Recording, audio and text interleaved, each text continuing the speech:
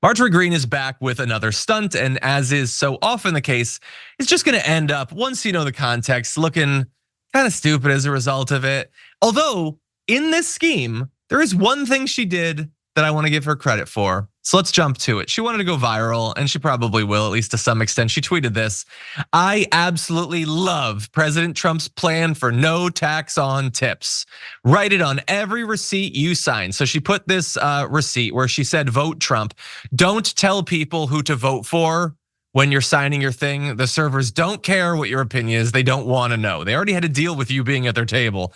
But anyway, she goes on to put no tax on tips there, which is like kind of vague. Like they probably don't know that that's a thing that he randomly thought of and has probably already forgotten about.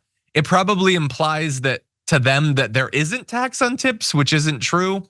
But anyway, she did tip okay. She tipped 20%. Probably for the first time in her life, but I appreciate that she did it here, knowing that that photo would get out, wanting it to get out. And so the idea is you tell all of these waiters or bartenders or whatever, vote for Trump, and they'll take away the tax on tips. The idea being you go for Trump and you'll get an economic incentive for it, which in this case is good from her point of view. If it's, student debt cancellation or something like that, then that's Biden buying votes. This, for some reason, isn't. The video will continue in just a moment, but first I have a message for you. TYT needs your help. Membership is vital to survival, so please go to tyt.com/team and become a member today. But anyway, look, it is a thing that he says he wants to do. He wants to take the tax off of tips, and I just thought, since I was a waiter and a bartender and a busboy and a barista, and I did all that tipped work, I found this to be interesting. I found it to be even more interesting how unlikely it is to happen when you consider a couple facts about Donald Trump, though. So just briefly, I had sort of forgotten that back when he was president, he had the chance to help restaurant workers, and obviously he didn't talk about taking away the tax on their tips. What he did do, though, was pursue a controversial policy to give employers more control over their workers' tips. It was billed as being a way to pool tips so that non-tipped workers could get a share of it, which many restaurants already do. But the way it was worded, there was nothing stopping businesses from just taking the tips, either in part or in whole. And just if the owner's the manager, hey, he's working, maybe he wants a share, or maybe they just take the whole thing. And there was an internal analysis that was done that showed that they could lose billions of dollars a year in wages under the plan. They buried it, okay? $5.8 billion could have been stolen thanks to that rule. That's not even the only thing he did to tipped workers.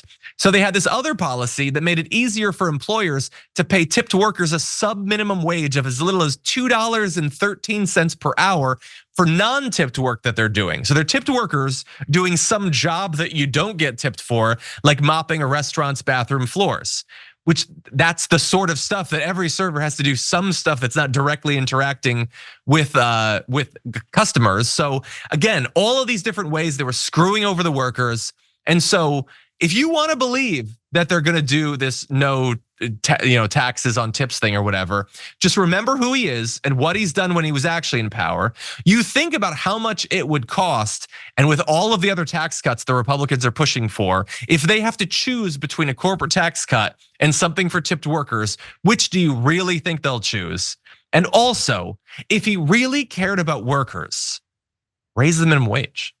Like they're making the minimum wage in addition to their tips. Just raise that, and you don't necessarily have to go through all this rigmarole. But anyway, Yaz, what do you make of this? Yeah, there are a million things wrong with tipping culture in this country, especially now when it seems that, everyone wants a tip just for doing a job that is already paid, and Americans are getting tipping fatigue, right? There's a million op-eds about this.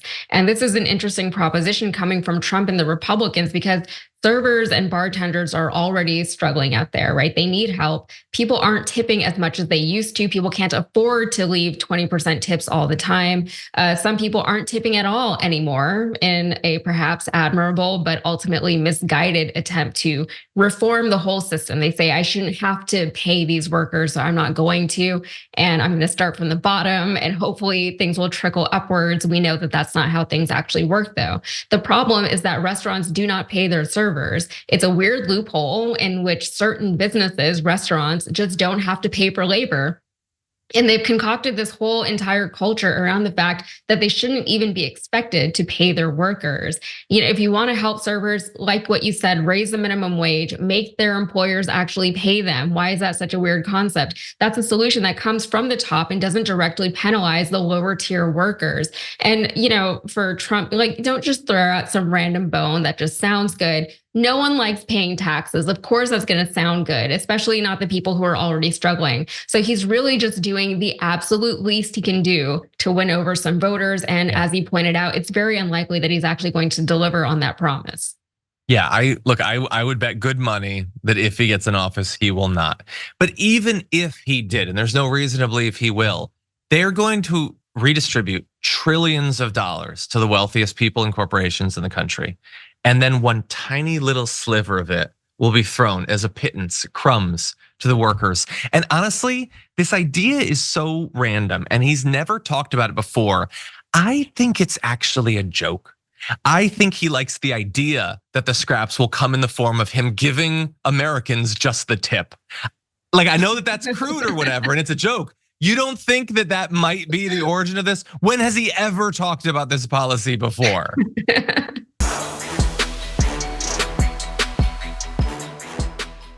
Members make a difference here at TYT. You help make the show happen, and we see you in the chat with your loyalty badge. Click the join button to become a member today.